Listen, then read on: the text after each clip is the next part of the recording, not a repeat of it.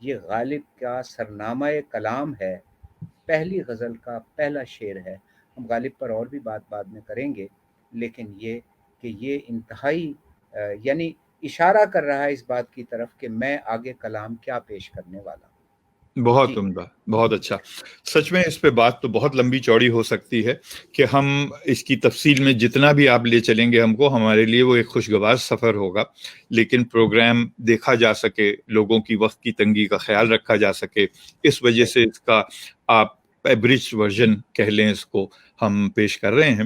لیکن کبھی موقع ملا تو ہم اس کے لمبے پروگرام بھی ریکارڈ کریں گے اور ان کو الگ رکھیں گے بالکل ان لوگوں کے لیے جو سچ میں خواہش مند ہوں گے اس کی تفصیل میں جانے کے لیے۔ جی میں یہ کہنا چاہ رہا تھا کہ دیکھیے کسی شاعر کے ساتھ انصاف تو تبھی کیا جا سکتا ہے نا جب اس کی فکر اور اس کی ٹیکنیک دونوں کا ذکر کیا جائے۔ بے شک، اب ہماری مجبوری یہ ہے کہ اس شعر کی جو اور خوبیاں ہیں، جو ٹیکنیکل خوبیاں کہلاتی ہیں، وہ ہم بیان نہیں کر پا رہے اتنے مختصر وقت میں، ورنہ اس کی ٹیکنیکی خوبیاں جو ہیں اس شعر کی، یا غالب اور اقبال کا کوئی بھی شعر پڑھا جائے تو اس کی طرف بھی اشارہ کیا جا سکتا ہے۔ لیکن میرا خیال یہ ہے کہ ہم عام لوگوں کی تفہیم کے لیے یہ پروگرام کرتے ہیں، تو اس وجہ سے ہم کوشش یہی کریں کہ جو اصل بات ہے وہ ہمارے ناظر تک، ہمارے قاری تک پہنچ جائے۔ جی بہت عمدہ بات کہی ہے آپ نے کہ جو ہمارا ناظر ہے اس کو بات وہاں تک پہنچ جا دیں ہم، جو ہمارا مقصد ہے یہاں پہ۔ تو خواتین و حضرات، اس پروگرام کو ہم یہیں پہ ختم کرتے ہیں اور انشاءاللہ اگلے پروگرام میں آپ سے ملاقات ہوگی۔ فی امان اللہ، یار زندہ، صحبت باقی۔